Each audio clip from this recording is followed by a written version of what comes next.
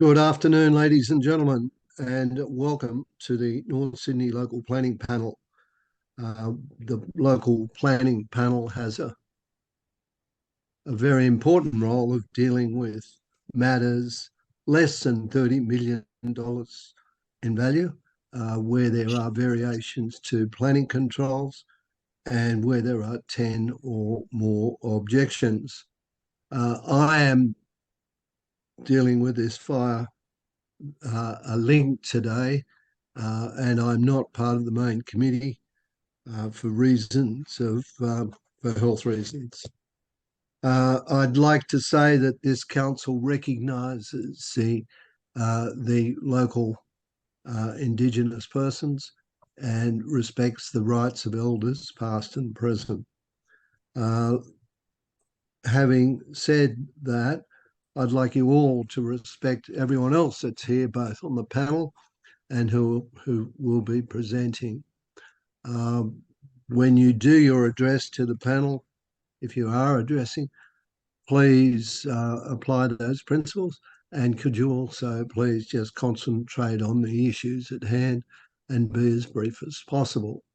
Would you also kindly restrict your address to 3 minutes? Ladies and gentlemen, the panel inspected the sites today and looked at all the different projects. All of the submissions that have been made have been duly considered, and many of those are included in the council officer's recommendations, which include those that came forward and some amendments that have been made by the panel members. Having said that, we are anxious to hear what people say, and things can change going forward. I'd like to introduce you to the panel. Firstly, I'm your chairman today. My name is Gary Shields.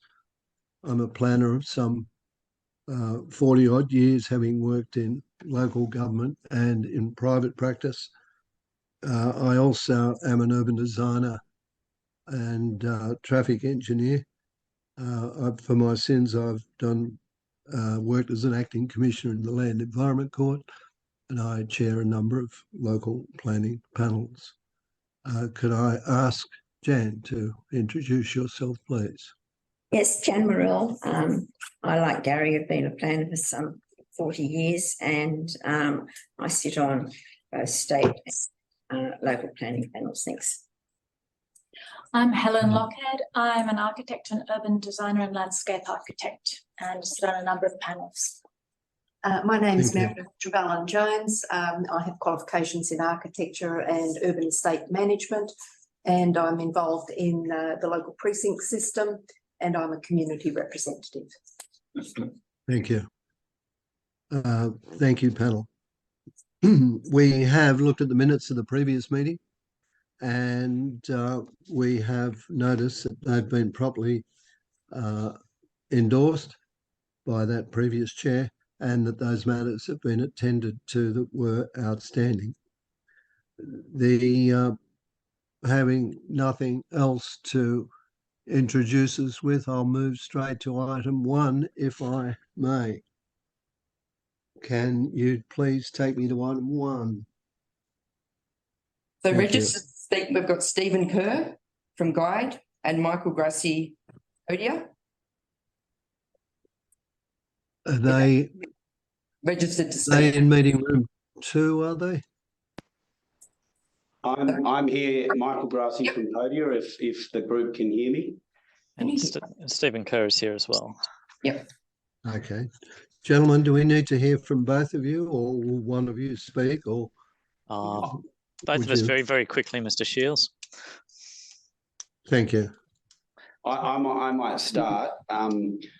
Firstly, I'd like to thank Michael Grassi again from Podia. I'm a director and we're the applicant. And Stephen Kerr is our town planner.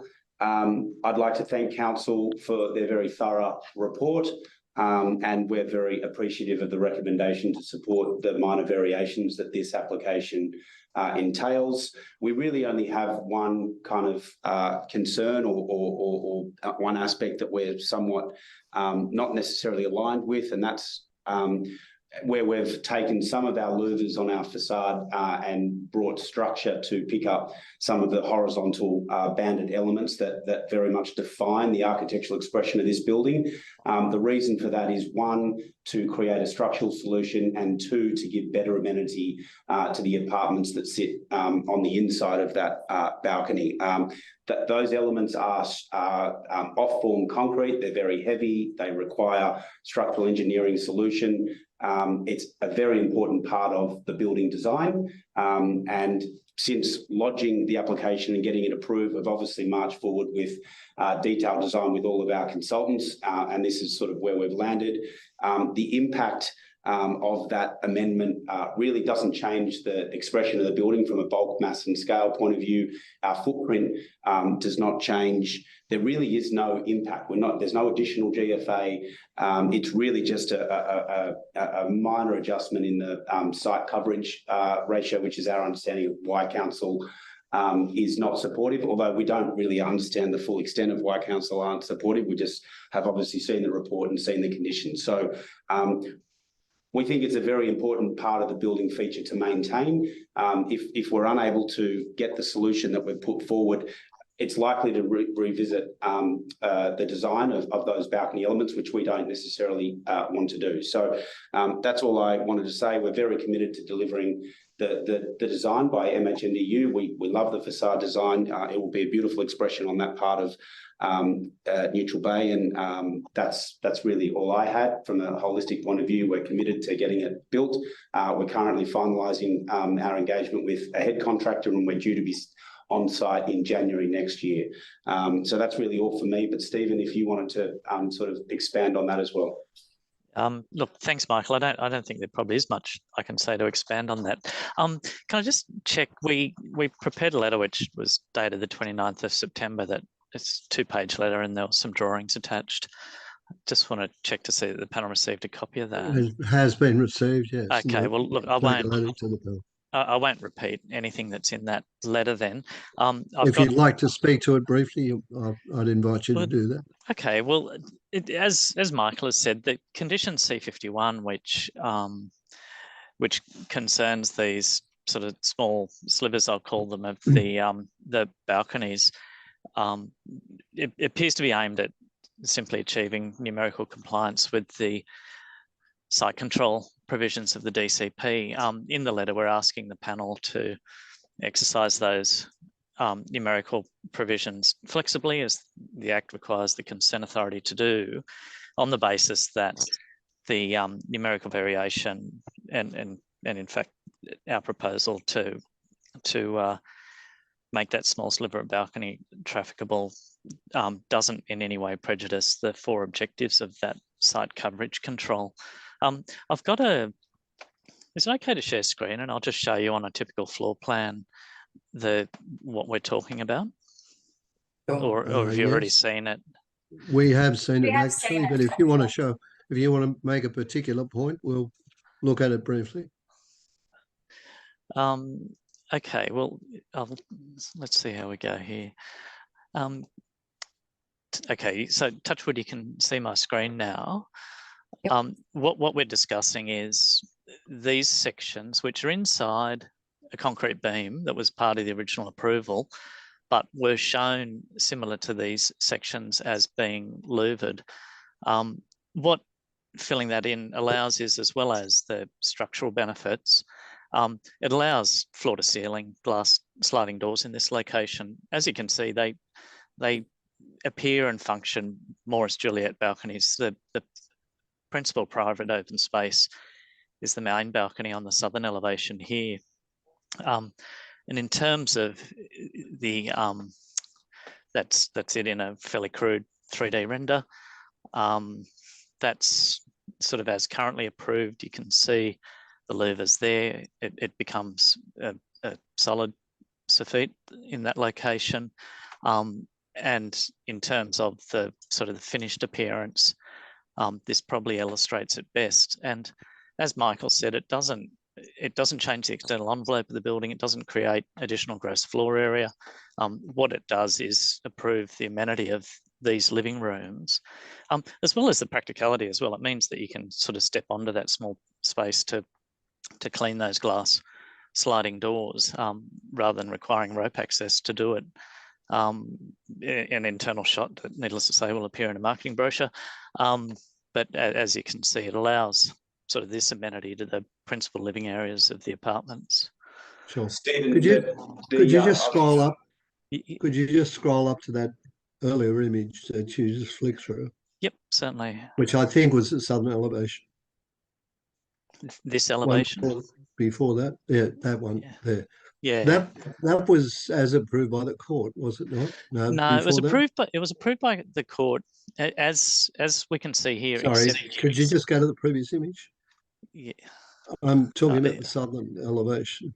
Yeah, this is south here, and this is the eastern elevation. This is the southeastern corner of the building. Sorry, I think we're at cross purposes here. Sorry. I'm looking at the southern elevation as distinct from that one. This is the southern elevation. That is the southern elevation. And this is where you're proposing to close that gap between those two balconies, is it not? No, can you see my cursor at the moment? Yes, I can. Yeah, so what we're talking about is this little triangle here. Yeah, I understand that. Yep. I understand what you're saying about the side. I'm asking a separate question. Yep, sorry. Which is that front section. Yep. Where there's an indentation. Here. And yes, there. That was a requirement of the acting commissioner Chilcott, I think, in your approval, was it not? No, it was a feature of the original design. Right. Okay. The one the next balcony along, there's another notch between balconies to the left. It's not shown on this image. That's proposed to be removed, is it, this section? And joined together? No, so that notch is retained.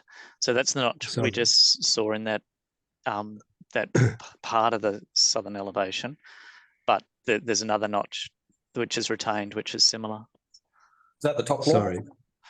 No, this is a typical floor. It's floors 1, 2, 3, and 4. But is that centre balcony, if you can just move your cursor directly on top of your cursor there, isn't that's changing there, is it not? Oh, sorry. So in the original approval, yeah, so sorry, there was a much smaller notch in this location. There was a notch centrally in this location, and then there was a much smaller notch in this location. Thank you. Sorry, I cut you off. Did you have any further comments you wanted to make? No, I was just trying to respond to your questions. Stephen, if you're able just to flick back to the black and white three-dimensional images, the purple there in that, sorry, the one above, just so everyone's clear, that the grey on the left, and Stephen, perhaps you might try and indicate with the cursor, the grey horizontal elements are the louvers, and what we're proposing really is just to fill in the purple with concrete. I mean, it's semi-solid as it is with the louvers. We're obviously just proposing to make it solid to A, create better amenity for the apartments, and B, ensure that we can in fact hold these, very strong concrete elements up from a structural engineering point of view. Without that structure, that post-tension structure slab coming across, we would have to theoretically revisit the concrete solid nature of those horizontal elements and perhaps propose an alternative material and solution there, because they are very heavy elements. Okay. Did you have anything further to say? If not, I'll ask the panel to address you, and I know Helen's got some questions. Helen, would you like to? Yeah. So I've got a couple of different questions. One is about, there's a section which shows engineered deep soil, and I just want to clarify whether that is just in that indent that you're proposing that, or is it right back to the boundary that the engineered deep soil is proposed? Because I'm just trying to find the actual drawing. Do you mind if I invite our architect to bring that drawing up on the screen and speak to that? Yeah, so it's I don't know which drawing number it's. Well, I don't know actually what the drawing number is. Floor plan. It's section. Yeah, it's section B, Section B, please. revision F. Revision.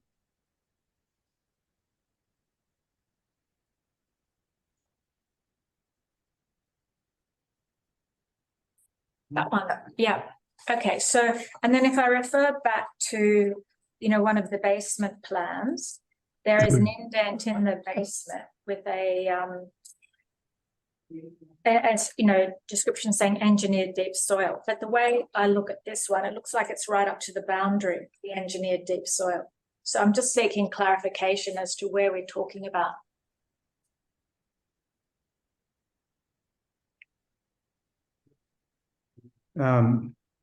The engineered deep soil is just in that notch that's shown in the. This is an old plan. It's just in that section there. Okay, so the actual basement goes all the way to the boundary. On this level, there is an offset to the balcony. To the boundary. Sorry, the boundary. That's right. Of 800 on this side here, if you can see my cursor, and it's closer to the boundary on this side. Okay. Obviously, there is some kind of offset on either side. Okay, because the section's not very clearly indicated because you don't see the building behind in the background. But anyway, to that point, it appears to be a deep well in the way it's constructed, with a base and wall containing it, a ground slab and walls on 3 sides. So what is it? Is it a big planter well, or what is that area that is actually filled with engineered soil? So that's above a planted area, part of a private courtyard above. But why does it have a slab and containment? If you could go to drawing 3101, please. Section B, yeah. And on the right-hand side. Yeah, okay. So it's not the drawing we have. That's not the drawing we have. This is issue D. So you have issue F. This is the drawing that's submitted. This is not the drawing that's been proposed for approval. So that I think that basement structure you're perhaps referring to on the very bottom level above the engineered deep soil is no longer there. So it carries through. I know, but in the drawing that you've submitted, revision F, there is a slab. So if you take out the slab above, where the bubble is. Yeah, I understand where you're referring to. We don't have the drawing up, but yes, we have shown a slab there because to hold back the this is all very dense sandstone. But in the event that it becomes unstable and we have to create an engineering solution to hold back the rock to our northern boundary. So, Mike, have you got the cursor? Perhaps if you can point to the northern boundary on this diagram, or whoever's driving. Mike, have you got? I think we know where the northern boundary is. Yeah. Okay, so we're showing a wall there that we may need to construct to hold back our boundary to the north, 100 Benboyd Road, and at the bottom of that, it's likely that we'll need structure to hold that wall up. So that line that you're referring to is possible structure that may be needed to hold that wall up. The design intent is certainly for that all to be open cut wall, but in the event that it can't be, we're going to need structure at the bottom to hold that wall up. Okay, there's 2 aspects here. There's a wall and there's a floor to that area. And I can understand you might need to brace that wall back. Okay, fair enough. But the intention of deep soil is to actually, you know, feed the aquifer, you know, like to the hydrology of the greater area. And, you know, there are reasons for reducing the footprint of development and maintaining a reasonable amount of deep soil. So it's not in a contained planter. So if you're going to have that, at least I think the intention would be to actually have it so that it was open at the base, notwithstanding there might be need to be some cross bracing back to the structure as you've suggested in some way. But the intention is really to actually enable that deep soil to be continuous with the existing terrain. And we're happy to work towards that design intent. Our experience from constructing 14 to 20 Premier Street, which is a stone's throw from this site, is that we originally had intended and designed and had approved for our back wall to be open cut. We started excavating. Our geotech report all said that it was very dense rock. We started excavating and there were these fissures and crevices all through that rock that we had to ultimately construct and engineer a wall to hold back Premier Street. So it's really just contingency planning. All of our gardens are going to be irrigated, so they are going to get plenty of water in any case. It's not about the gardens, it's about the actual terrain beneath that. But you know, the geomorphology, so we understand that the contingent conditions of the site may not allow a more rock retained solution. So appreciate that, but there's no reason why the planter needs to be contained as a seal system. That's the main point I'm making. Okay. Yeah, and look, I understand your point. All of this rock is extremely dense rock to the extent that aquifers and water travels through. So you'll be happy with a condition that just enables that to be achieved. As long as the condition has flexibility to allow us to, because we have obligations to our neighbours and in fact to Ben Boyd Road and to council. We understand that. Yeah, so subject to engineering details, as long as the condition gives us flexibility that should we need to, install structure there to ensure that our neighbours' boundaries are retained, then yes, we're happy with the condition. That's the design intent. I'll show. Yeah. Can I just add though that and I agree with what you're saying with regard to deep soil. At the moment with the modifications, there's 21.2% deep soil on the site. Of course, the numerical standard in the ADG is 7% for the site, so that we've got a surplus of roughly 250 square metres. Which I think the DCP has further requirements as well.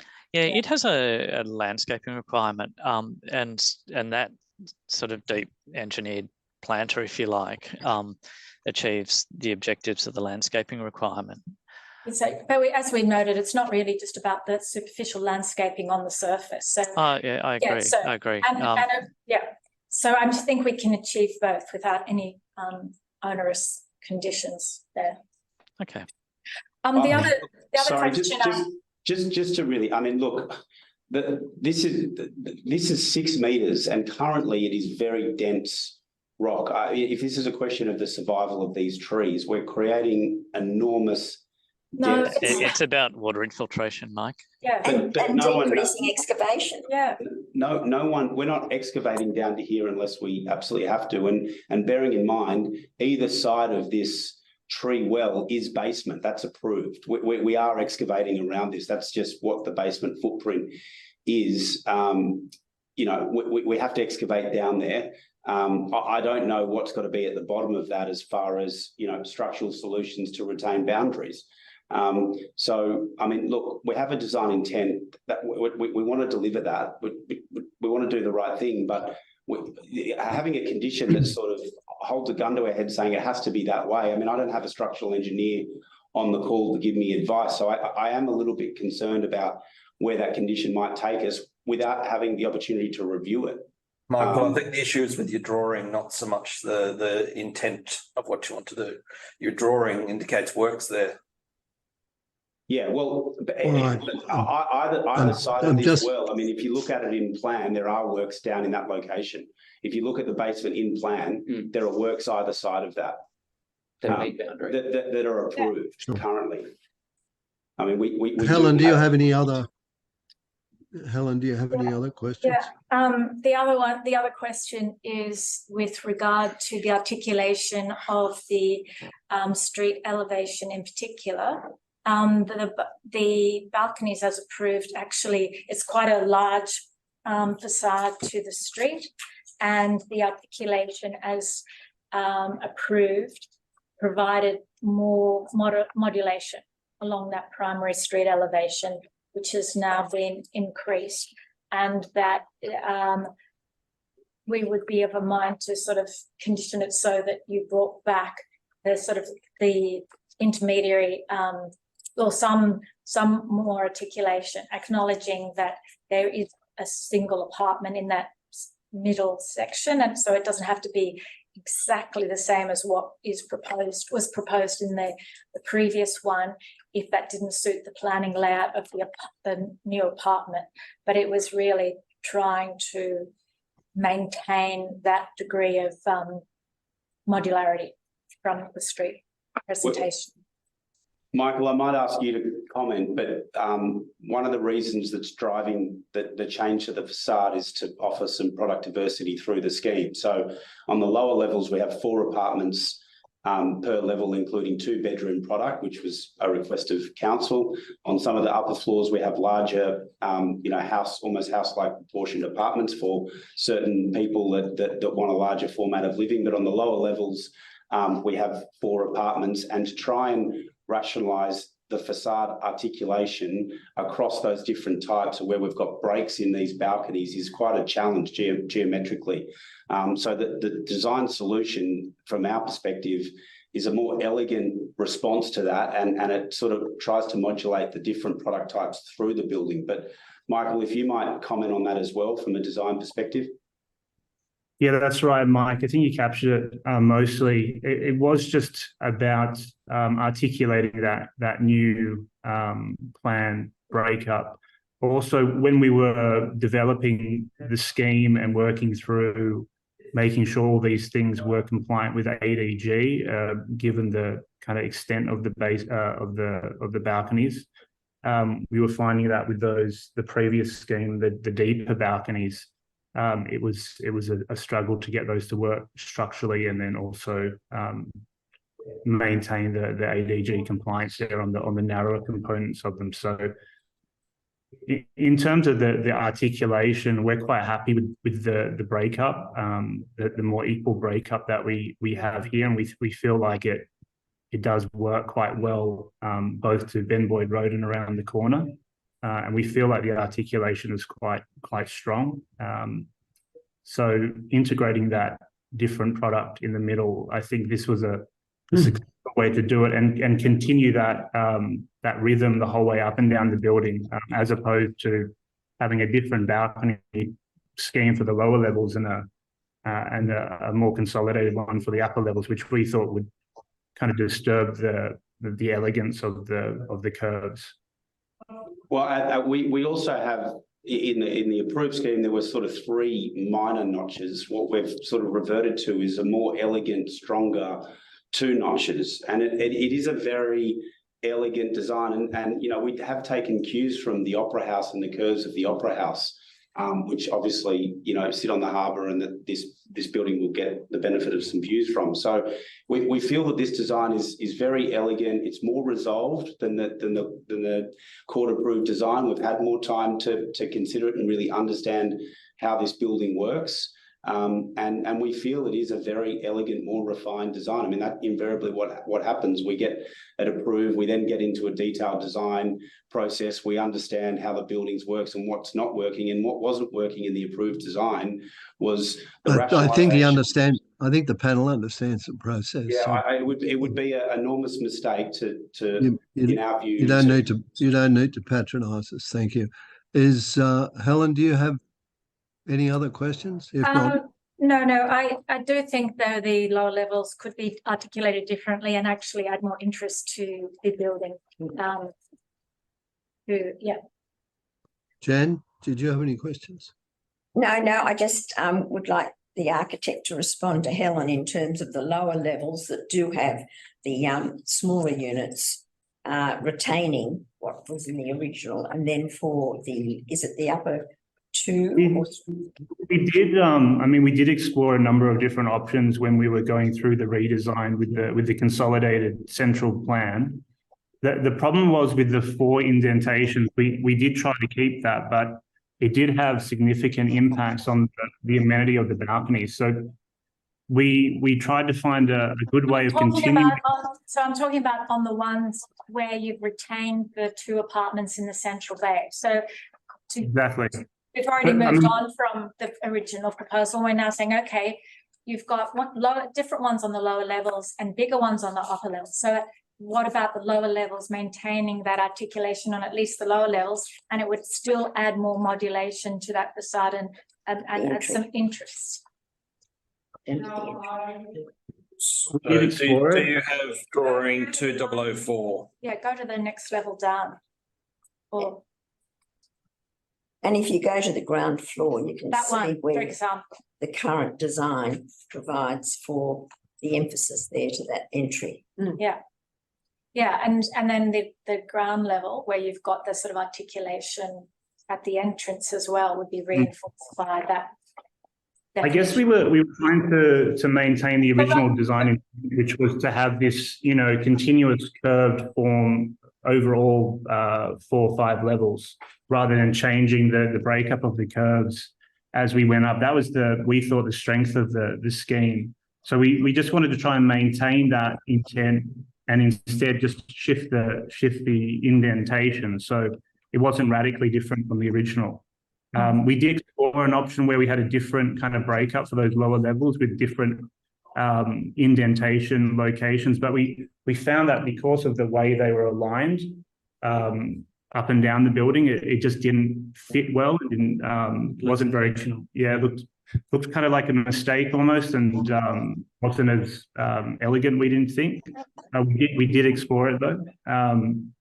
So our key was to try and keep, the indentation going up the entire building. And we thought this was a good compromise on that, where you did end up with good amenity for the balconies to the lower levels and good amenity to the balconies to the upper levels, and then maintain that original design intent, which was that continuous curved articulation from top to bottom with the indentations all vertically aligned throughout. Any other questions? Yes, I've got a couple of questions. Going back to the infill, where the louvers versus the concrete balcony. So it's the 2 little slivers. Are there other areas where louvers are maintained instead of balconies, sort of at the towards the northern part of the building? Am I reading the drawings correctly there? So that is correct. So the issue in terms of maintenance will still be an issue. I mean, just because you've got rid of it on those 2 little slivers doesn't get rid of it on the other louvered areas. Yeah, it's less than ideal from a maintenance point of view, but that's the original design intent. We're going to have to come up with a maintenance solution, but those concrete elements have a different structural solution to these ones on the side, which they're closer to the building. They're pinned by existing structure on the facade, and we don't think from an amenity point of view they offer major advantages to those bedrooms from an amenity point of view. But on the living room side, we think there's an amenity benefit, and there's also the architectural and structural engineering benefits that we've highlighted. There are also regular windows in those locations, whereas they're floor-to-ceiling glass sliding doors where we're proposing to infill those slivers. Okay, well, that actually brings me to my second question, which was in terms of fire separation between vertical separation between openings. And obviously you couldn't have your full height sliding doors if you had louvers there. Is that correct? So in fact, to get that full height glazing, you've got to have a sprinklers or something like that, or you have to have some sort of fire separation, but like a concrete element. Is that correct? There'll be both. It'll be sprinkled, and we have a spandrel upturn there that creates that fire separation. They have a sprinkler system that doesn't require. That's if you have a concrete, I mean, if you had louvers there, obviously you don't have that fire separation. Yeah, that's correct. Yeah, There's no spandrel. Okay, but there are spandrels to the other rooms, bedrooms and bathrooms. Correct. Yeah. We have a sprinkler system that doesn't require spandrels. Okay. Another question I had was in terms of the communal room, on the current approved plans, the court approved plans, the communal room is at the ground floor level. So you actually come into the building and it opens up off a corridor. And I mean, it looks like quite a usable space. And on your modified plans, you're proposing to put it down a level, effectively becoming part of the basement. I'm wondering why you're doing that. Why can't we keep it at the ground floor level where it's actually a usable space?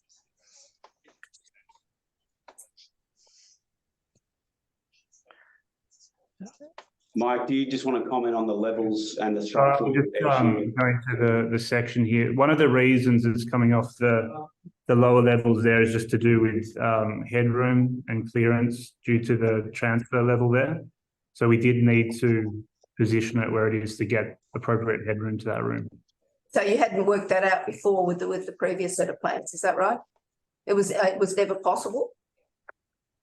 That room was a request during the court process, and you're absolutely right. It wasn't resolved from a services and/or structural engineering point of view. It was a request that we put in, and having now gone through the detailed design process, it had some challenges. So, I mean, you talk about headroom, so presumably transfer structure there in terms of the apartments above. Is that to do with the changes to the apartments above or not? No, it's not. It's just some of those structural elements did get larger when we started working through the more detailed structural design. So you can see here in that section, this thickened beam here actually had to extend further across. So there was less headroom there for a habitable space in that area. So it did have to shift down to the lower level for that to work. Do you think that will be a useful space? I mean, to me, it looks like a basement room. I mean, it could be a storeroom or something else. It doesn't really look like a community room. I mean, it was something that the original design excellence panel asked us to put in, and you know what it's used for. We're not sure. I mean, we think possibly strata meetings and things like that.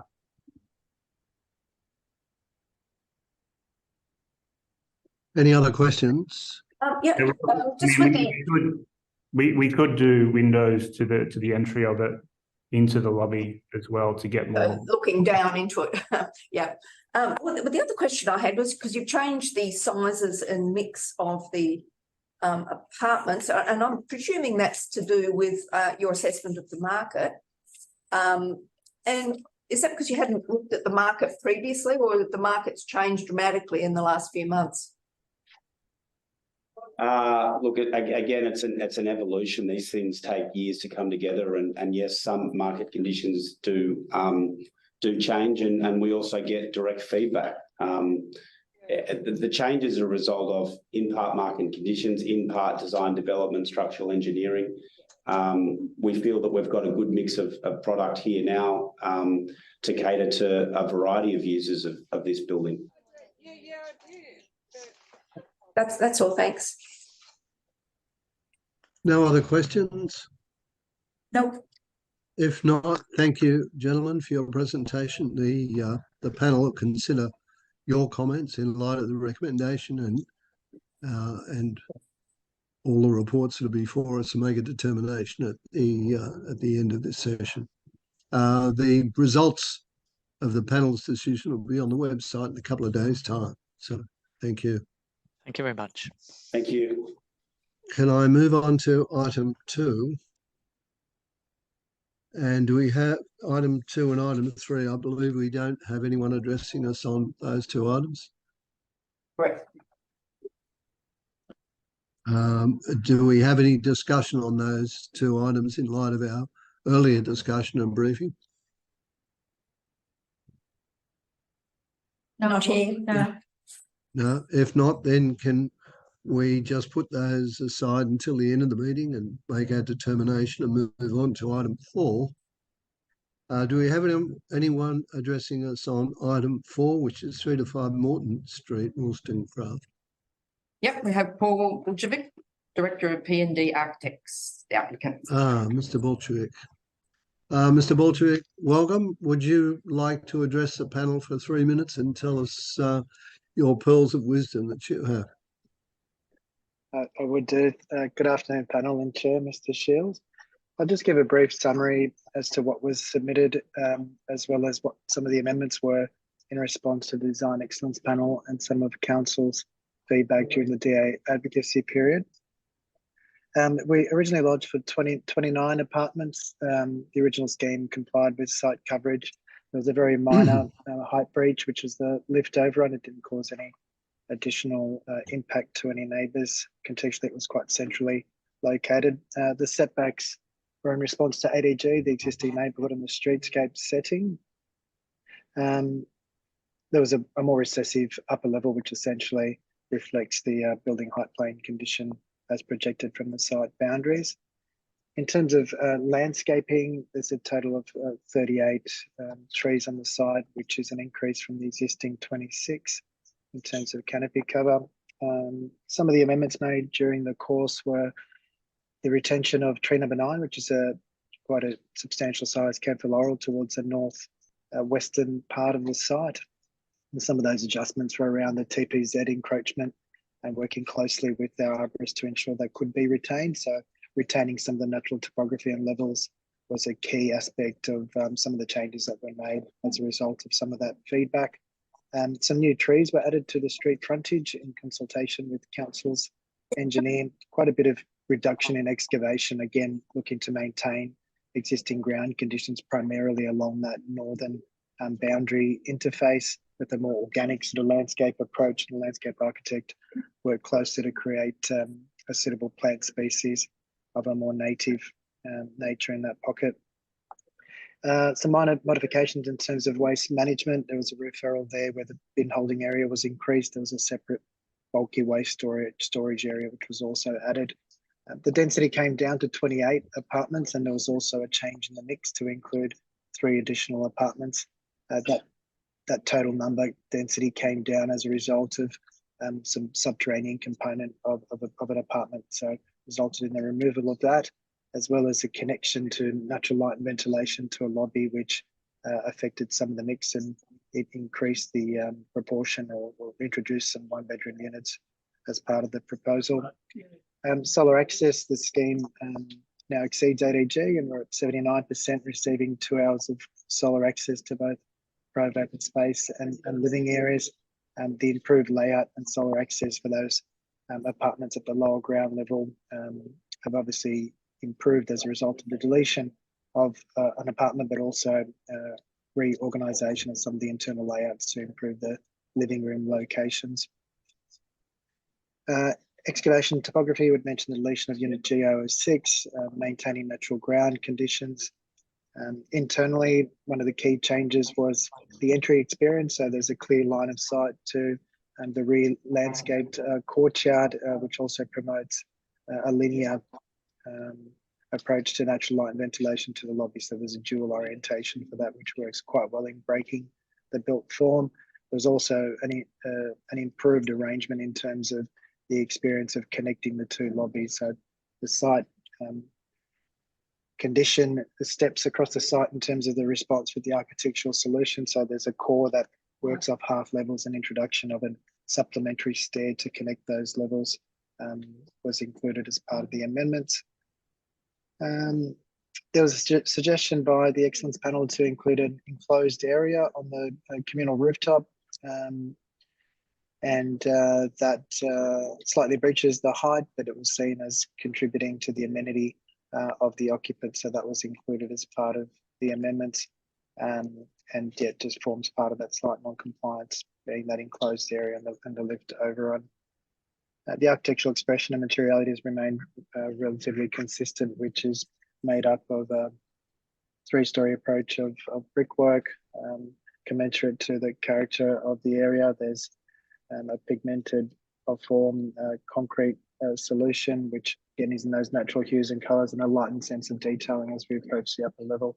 So it's quite a soft, natural palette in terms of the architectural expression, which remains consistent, which is coupled with softened with some of the timber hues on the soffits of those balconies and the sandstone cladding to the planter landscape zone. So that's an overarching summary of where we've gotten to where we are today, and we obviously support the recommendation and working alongside council to achieve what we believe is a good result for the site.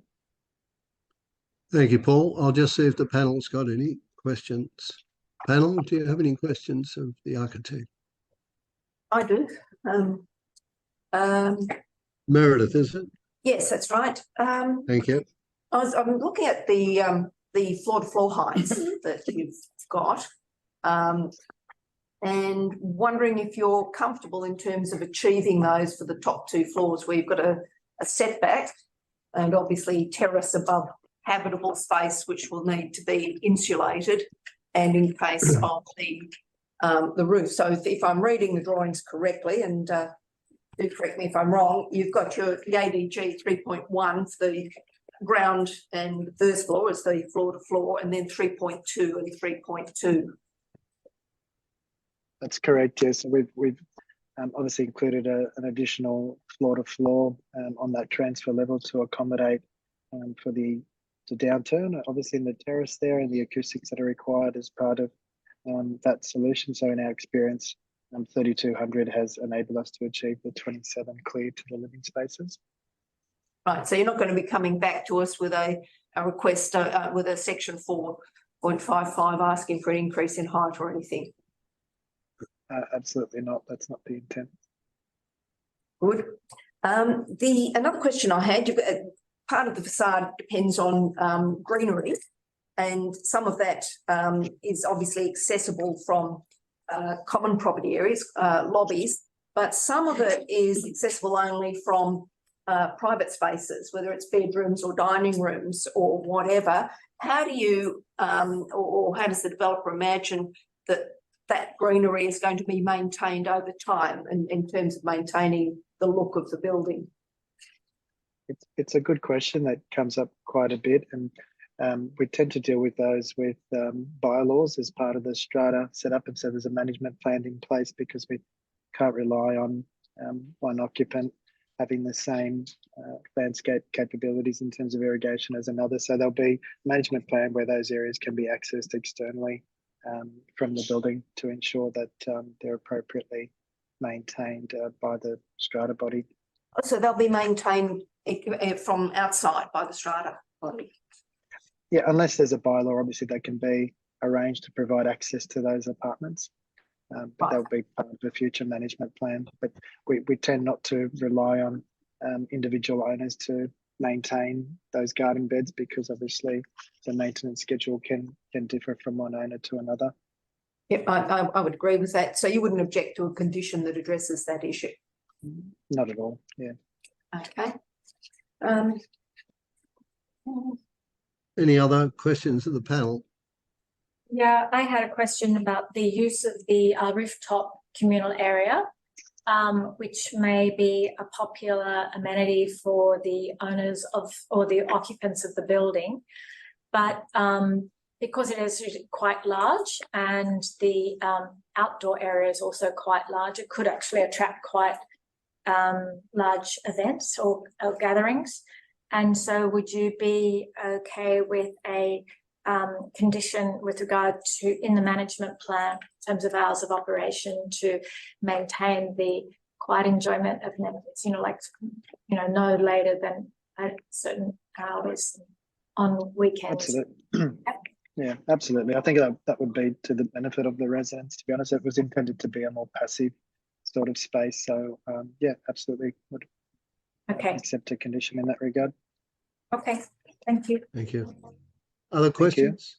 I've got one further question, which has to do with the south facade of the building, which compared with the other facades, I think is a very harsh facade. doesn't obviously have too much in the way of fenestration. And the way that you've looking at the materials, you've got a that element which is the first 3 floors that's closer to the boundary, and then there is a plane that is further back from the boundary. That's just one plane, but you've got different materials there. Do you think? I mean, normally when you have a darker material for the very top level, that's part of that is also it's articulated and it's set back. So, but here you've just put a different material, which looks like perhaps it's articulated, but it's not actually going to be like that. But just wondering on your comments on that. That section of the building is actually set back. I'm not sure if you've got access to the plans there, but that upper level, it sets back an additional. That's set back. Oh, right. So if you're looking at the streetscape CGI, there's a 3-story brick laid wall, yes, and that projects half the length of that facade, and that obviously is an articulation ploy to get the yes, openings in more of a north-south direction to those apartments to deal with any privacy issues with the neighbours. So that upper level is set back. There is some alignment noted towards the north. That section of the building is essentially of a lower scale, so that's where we have removed that subterranean apartment to present as a lower scale built form there, and sort of increase that landscape component. So it presents as 3 stories really at the back, call it the northeastern corner. Okay, I see what you're saying. But it's still the issue in terms of it's treated in differently in terms of materials, even though there isn't an additional setback. You're comfortable with that? Absolutely, yeah. That was all I had. Thank you. No other questions? No. Paul, thank you very much for your address and for your succinct answers to the questions. The panel will make a determination at the end of this agenda, and the results will be placed on the council's website in a day or two. So thanks very much, you. panel. Yeah. Thank you. Thanks, Gary. Bye-bye. Moving on to the next item. Item 5. So we have Phil Corbin, Director of Corbin Architects, the applicant, and Alejandro Galdocora, Senior Architect of Corbin Architects. Good afternoon, panel. Can you hear us? We can hear you. Please announce your name and. Yes, good afternoon, panel. Philip Corbin. Keep your presentation. I'm hold for 1 second. Philip, just calm down a second.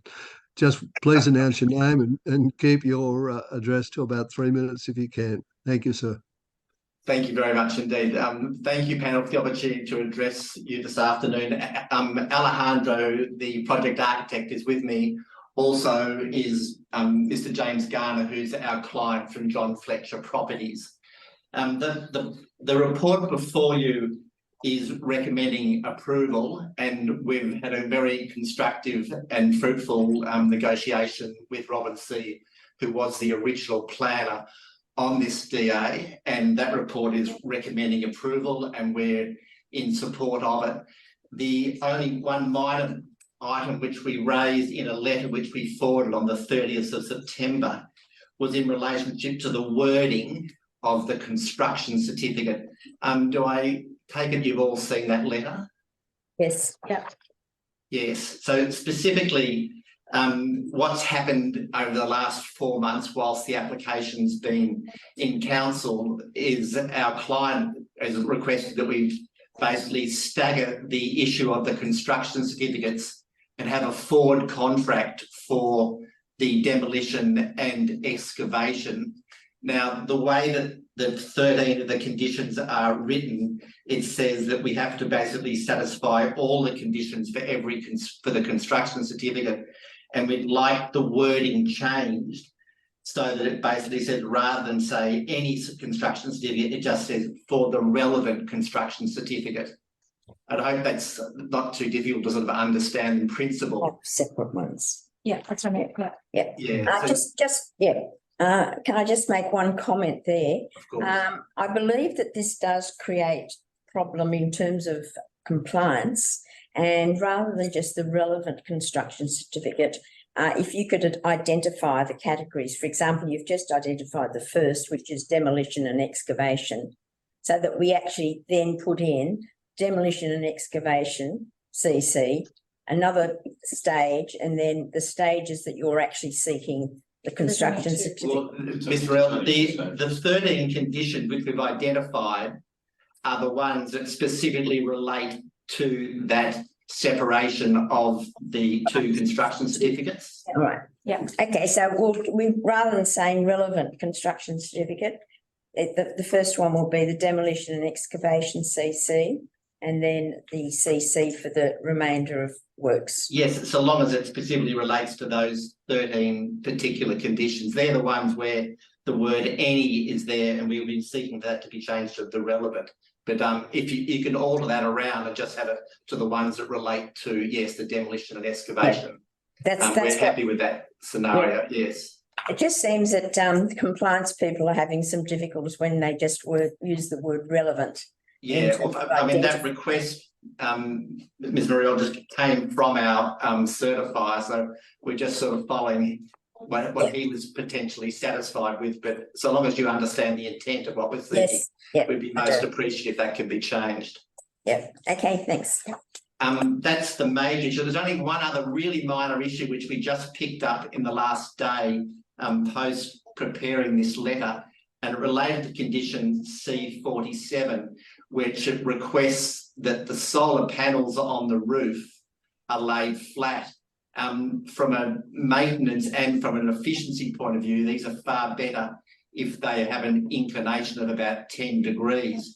The reason why the condition had been imposed, or the change was imposed, was to reduce any impact on adjacent neighbours. You'll see from the perspectives and imagery that certainly no one's going to actually see this roof from the adjacent buildings. So we don't believe that it's necessary to actually have to have these panels flat. We've certainly designed them to be on an inclination, and they're indicated on, they're separated out so that they would maximise their efficiency. So again, if it'd be possible to change, just delete the word flat, that would be appreciated. I think there was a high concern raised with that. Sorry, Julie, going on. Yep. Well, as I said, it's something which we'd we'll leave it to you to address that, but from our point of view, we couldn't see the motivation behind stipulating that they needed to be flat. I mean, they're 1.5 metres long at 10 degrees. It's about 200 millimetres of slope on them. It's not substantial. And so they're physically being pulled apart on the plan so that they actually they can maximise their efficiency. Thanks for that. We'll consider that and make a determination. Chair, I'll just make a comment there. I think yes, please. I think it was to do with the fact that the greater height exceedance was one issue, and I, as my understanding it is with solar panels these days, they can be laid flat, a lot of them, and they're equally as efficient, or some even have only a very slight say 3 degrees inclination as opposed to the 10 degrees.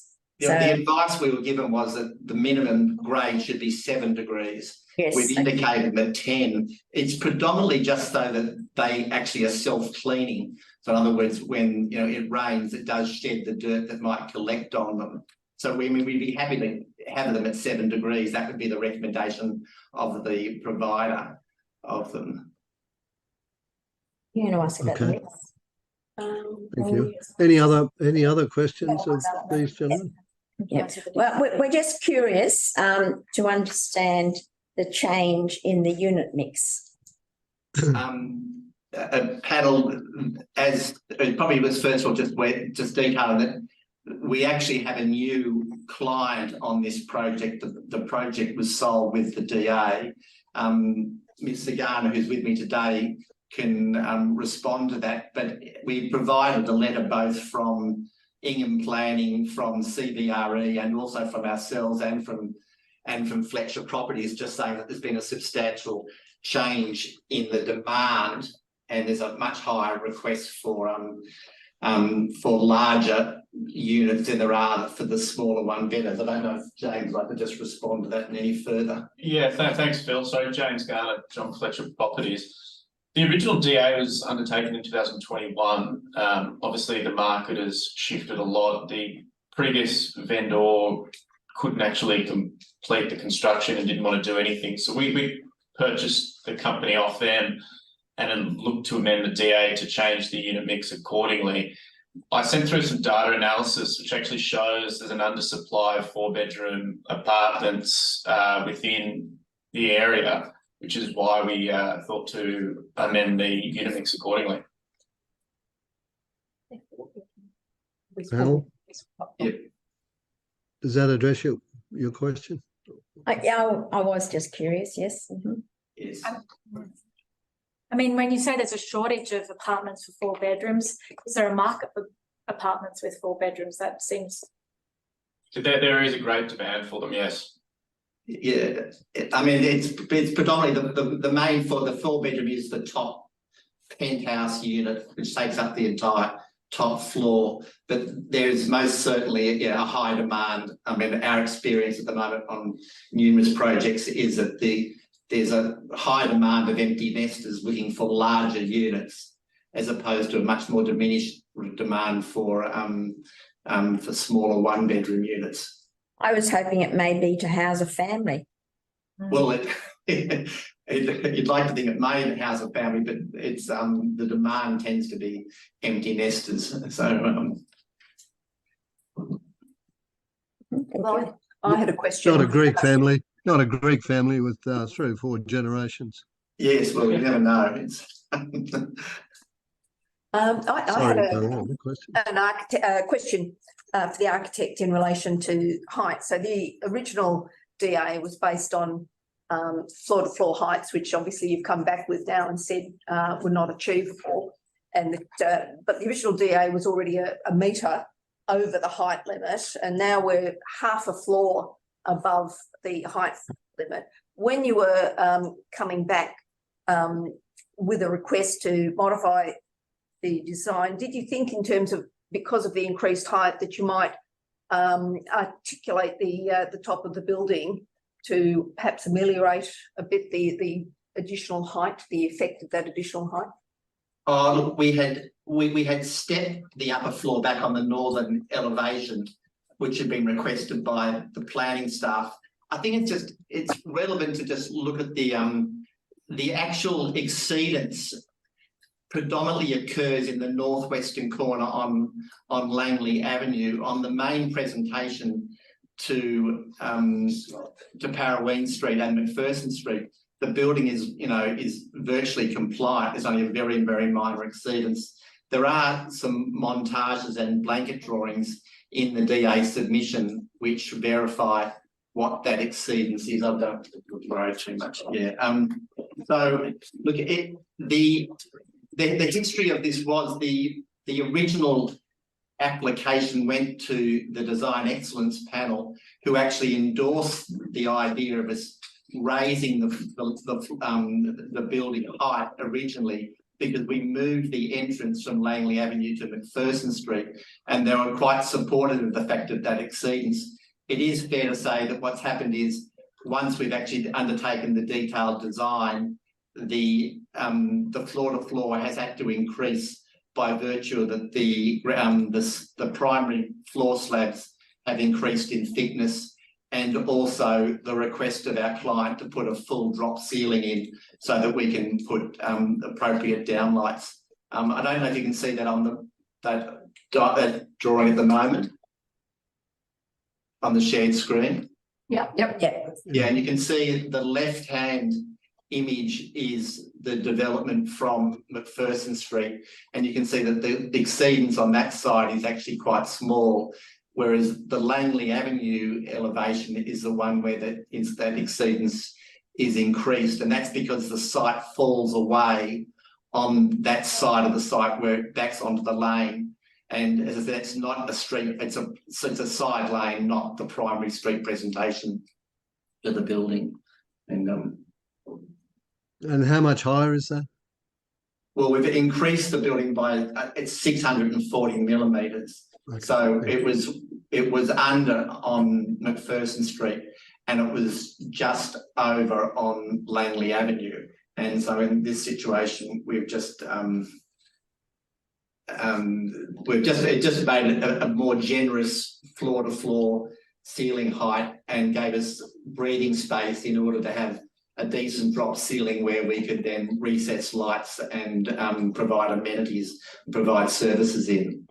As again, I think it's important, I'm sure if you've been to the site, you'd recognise too that it's bordered on 3 sides by roads, and it's only on the northern side where there is an adjacent building, and that facade to that building is in fact a solid wall. So there's no adverse impact in terms of overshadowing, privacy, views and the like.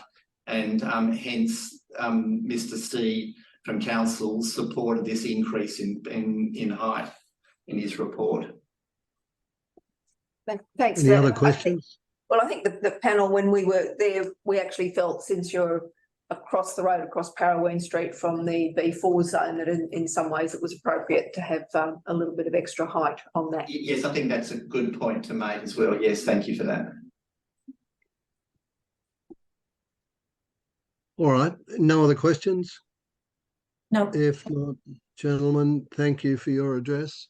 And thank you very much, panel. We'll make our determination at the end of this session, and the determination will be on the website in a day or two. So thank you. Thank you for your time. Take care. Bye. Next item, please. Or are we still on this item? Item 6. Yep. Item 6, thank you. Yep. And we have meeting room 2. Yep. Roger Rasmussen, owner, and Cara Moller, RFA Architects, to speak. That's correct. Roger Rasmussen. Good afternoon, Mr. Chair and panel. Good afternoon. I have my wife Anya sitting with Hello. me. She's asked me, however, to speak on her behalf, if you don't mind. What we'd like to do is to thank everyone to begin with for the consideration that you've already given to our development application. We believe that we've addressed all of the concerns carefully and thoroughly in the documents that our wonderful architect has submitted. We've read the council officer's report very carefully. We note the support for our application. We've also read carefully the proposed conditions, and we agree with all of them. And of course, we're open to any further suggestions and questions that the panel might have in respect of our application. And finally, we'd like to thank all of you for your consideration, and we're looking forward to your support for what we hope will be a wonderful renovation to our house to provide additional space and bathroom facilities for our young but growing family. Thank you. Thank you. Any questions of Mr. or Mrs. Rasmussen? I have a question. From this, it's a very intact neighbourhood. It has a particular neighbourhood character. And one of the considerations was the dormer roof, which appears on the front section of the building, which is quite visible from down the street. And we're of a view that it could be deleted and just replaced with skylight. You already have skylights on the roof there for the storage, I imagine, in the attic. And whether that would suffice in terms of servicing a non-habitable storage space and maintaining the streetscape appearance. Roger, yeah, go ahead. No, I'm hoping our architect can deal with that one. So we would like to make that storage space into a more habitable. Would you just say your name first? Oh, Thank sorry. you. Hi, my name's Carol Moeller from RFA Architects. Thank you. So that existing storage space we would like to make into a more habitable room.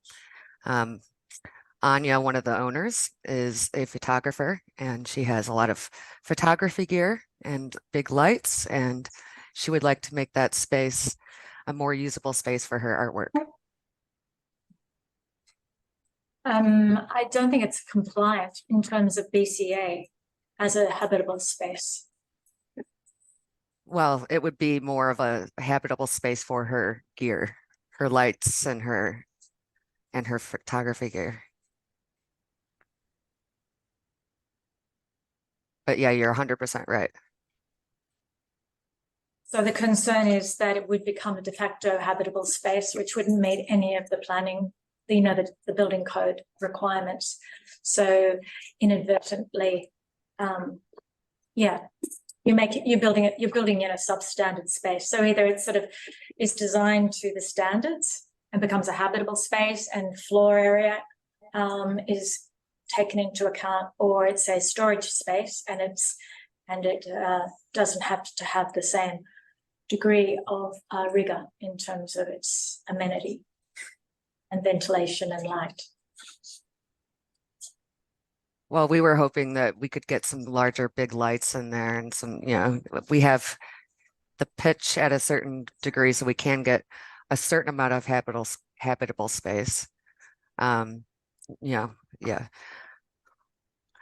It just provides greater amenity to the storage area. Okay, thank you. And if I could just follow up on that, in terms of additional skylights, Cara, would that assist? I don't think that's going to help, because they were hoping to get some bigger storage gear in there. If I could just add one thing, there are buildings around our house that have a similar dormer. There is a house just across the road that has a similar dormer. So I think we would be compliant with the shape and size of the dormer that we are proposing in our plans as well.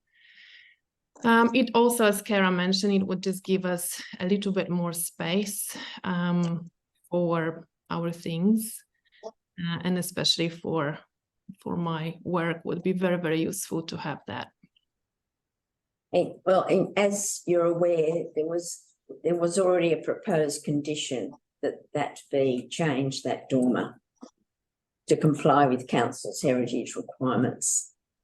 We're aware of the conditions that they put on it, and we would be open to change. We're 100% open to revise the glass pane size and all the conditions by heritage. Okay, thank you. Any other questions? No. If not, thank you for your address. The panel will consider your comments and indeed your application and make a determination at the end of this agenda. The results will be on the website in a couple of days' time. Thank you very much. Thank you. Thank you. Thank you.